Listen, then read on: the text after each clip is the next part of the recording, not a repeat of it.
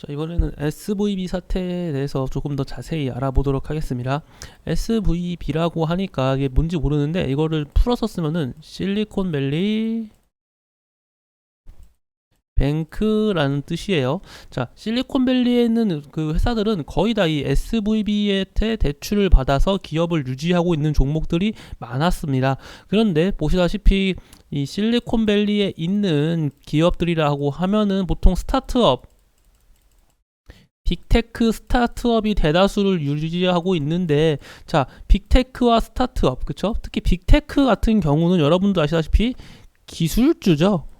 기술주로 금리가 오르면은 당연히 안 좋을 수밖에 없습니다. 근데 지금 미국이 지속적으로 금리를 올렸습니다. 그쵸? 미국이 지속적으로 금리를 올리니까 당연히 SVB한테 이제는 대출을 받고 기업을 운영해야 되는데, 지금 그것에 대해서 운영하기도 힘들니까 이제 대출한 거, 이제 대출 혹은 예금, 그렇죠? 돈도 맡길 것이고 대출도 받을 것이고 이 기업들이, 그쵸, 그런 은행권 금융 활동을 하겠죠. 그런데 그러한 과정 속에서 이제는 이제 회사가 힘들고 장사가 안 되고 하다 보니까 예금한 돈, 맡긴 돈을 달라고 주는 거예요. 나 너네한테 돈 맡긴 거 이제 돈 줘. 이거 우리 근데 너무 힘들다. 지금 우리 회사가 힘들어서 우리 돈 맡긴 거 받아야겠어.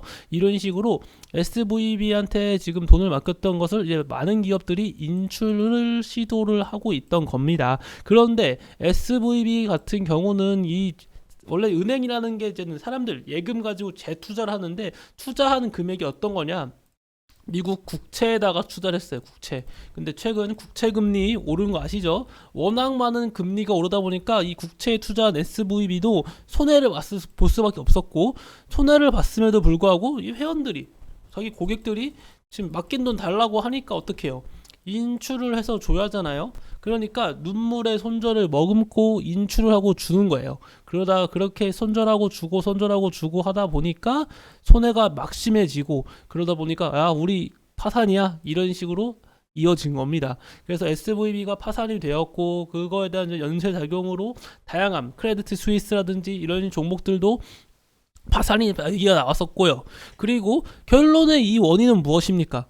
금리를 지속적으로 올린 거에 대한 원인이 있다. 그러니까 은행 관련주가 전반적으로 다른 은행 관련주도 위험하지 않을까라는 인식도 커졌었고, 또 지난 3월 FOMC 회의에서 왜 금리 인하며 금리 동결을 해야 된다, 이런 얘기가 왜 나왔습니까? 야, 파월, 네가 만약에 금리를 그렇게 올리지 않았더라도, 않았더라면은, 혹은 너가 괜찮다고 했는데 실상은 하나도 안 괜찮아, 네 때문에 이렇게 된 거지 않냐? 지금이라도 당장 금리 올리는 걸 멈추고 금리 동결을 해라. 안 그러면 모든 은행주가 싹 다 망할걸? 그래가지고 지난 3월 FOMC 회의에서 금리 인하 혹은 금리 동결 얘기가 나왔던 거고, 근데 파월은 금리를 올리면서 말을 했죠. 우리는 금리를 올릴 수밖에 없다. 파월이 뭐라 했나요? 금리 인상하면서 이번에 어쩔 수 없다. 금리 인하는 우리는 할 생각이 없고 우리는 금리를 올릴 것이다. 올해 내 금리 인하 계획은 없다. 그거는 연준 내 모든 의원들이 동의한 사항이지 나한테 뭐라 하지 마. 이런 식으로 한 번 더 못을 박았어요.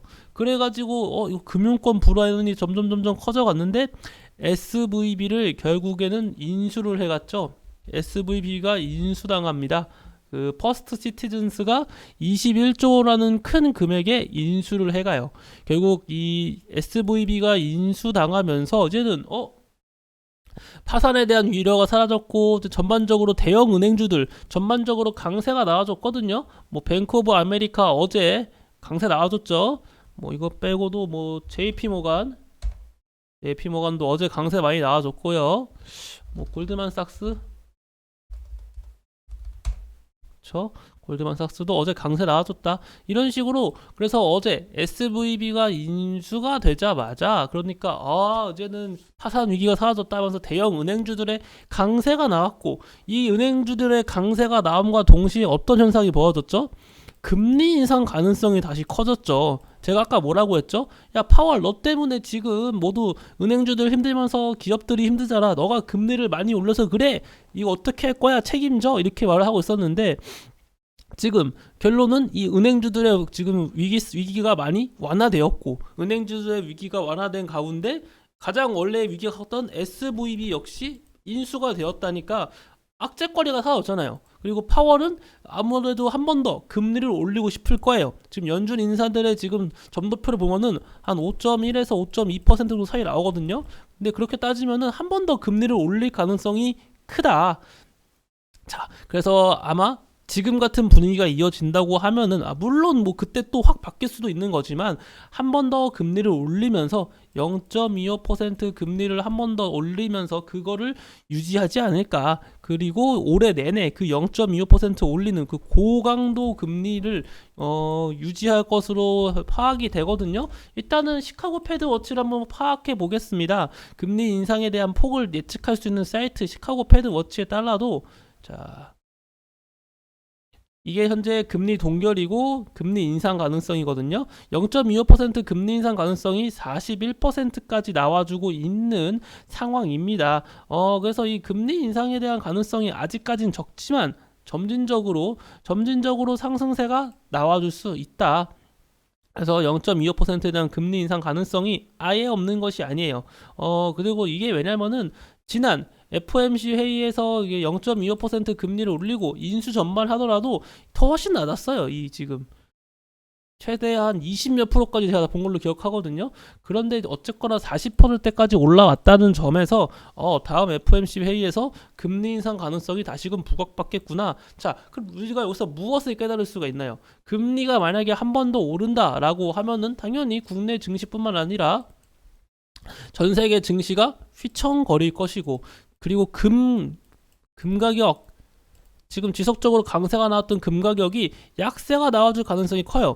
달러화에 대한 가치가 올라가니까 금에 대한 값어치는 반대로 내려갈 것이고요. 달러에 대한 가치가 올라가니까 반대로 유가의 값어치는 하락할 가능성이 큽니다. 그렇다면 금 관련주는 조정이 나와줄 수밖에 없을 것이다 라고 판단이 되고, 이번에 만약에 미국이 한 번 더 금리를 올린다고 하면은 국내 우리나라 역시도 금리를 올릴 수밖에 없을 것이다 라고 저는 생각합니다. 지금도 이미 차이가 많이 벌어졌는데 여기서 더 벌어진다고 하면은 아무래도 어느 정도는 금리를 올릴 수밖에 없을 것이다. 왜냐면은 생각을 해보시면은 여러분들이 100만 원이 있는데 이 돈 가지고 예금을 하려고 해요.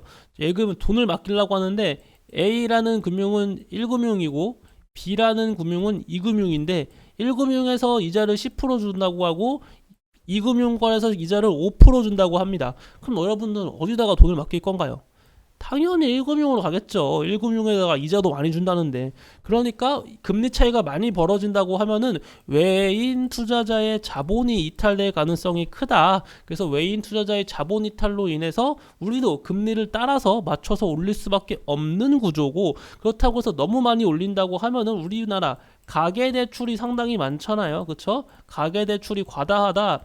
아파트, 전세대출, 그쵸? 코로나, 이런 식으로 가계대출이 워낙 많기 때문에 금리를 함부로 올리기도 어려운 상황이다.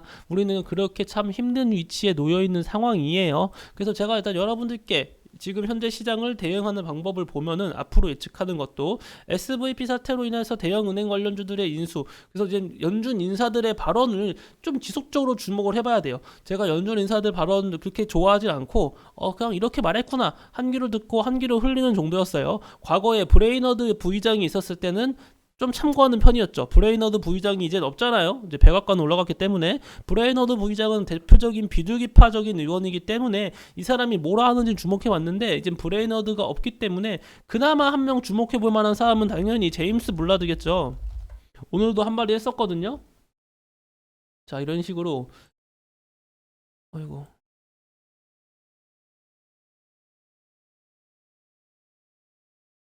자, 제임스 블라드 매파, 은행 위기는 규제책으로, 물가는 금리 인상으로 해결해야 된다. 그러니까 그 은행 위기랑 금리 인상하고는 별 상관이 없다. 둘이 같은 내용이 아니고, 은행 위기는 우리가 법적으로 규제를 해가지고 대응하면 되고, 물가는 어쨌건 금리를 올려서 잡아야 된다. 이런 식으로 역시나 매파적인 발언을 한 게 역시 블라드다라고 알고 계시면은 좋을 것 같아요. 이런 식으로 이제 연준 인사들이 어떠한 발언을 하면서 현 상황에 대해서 어떠한 생각을 갖고 있는지, 왜냐면은 저 같은 사람이 지금 보고 야 이거 미국 경제 침체인데 생각해봤자 의미가 없습니다. 왜냐면은 연준 인사들이 어떻게 생각하고 앞으로 어떻게 대응할지가 가장 중요하거든요. 그렇기 때문에 여러분들도 한번 체크해 보시기 바랄게요. 특히 이 블라드라는 인사가 뭐라고 하는지는 좀 지속적으로 체크해 볼 필요가 있어요. 블라드가 뭐 이런 식으로 얘기하는 거는 정말 귀 기울여서 들을 필요가 있다.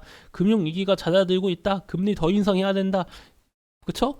블라드가 아무튼 가장 매파적인 인물이니까 체크 한번 해보시길 바라겠습니다.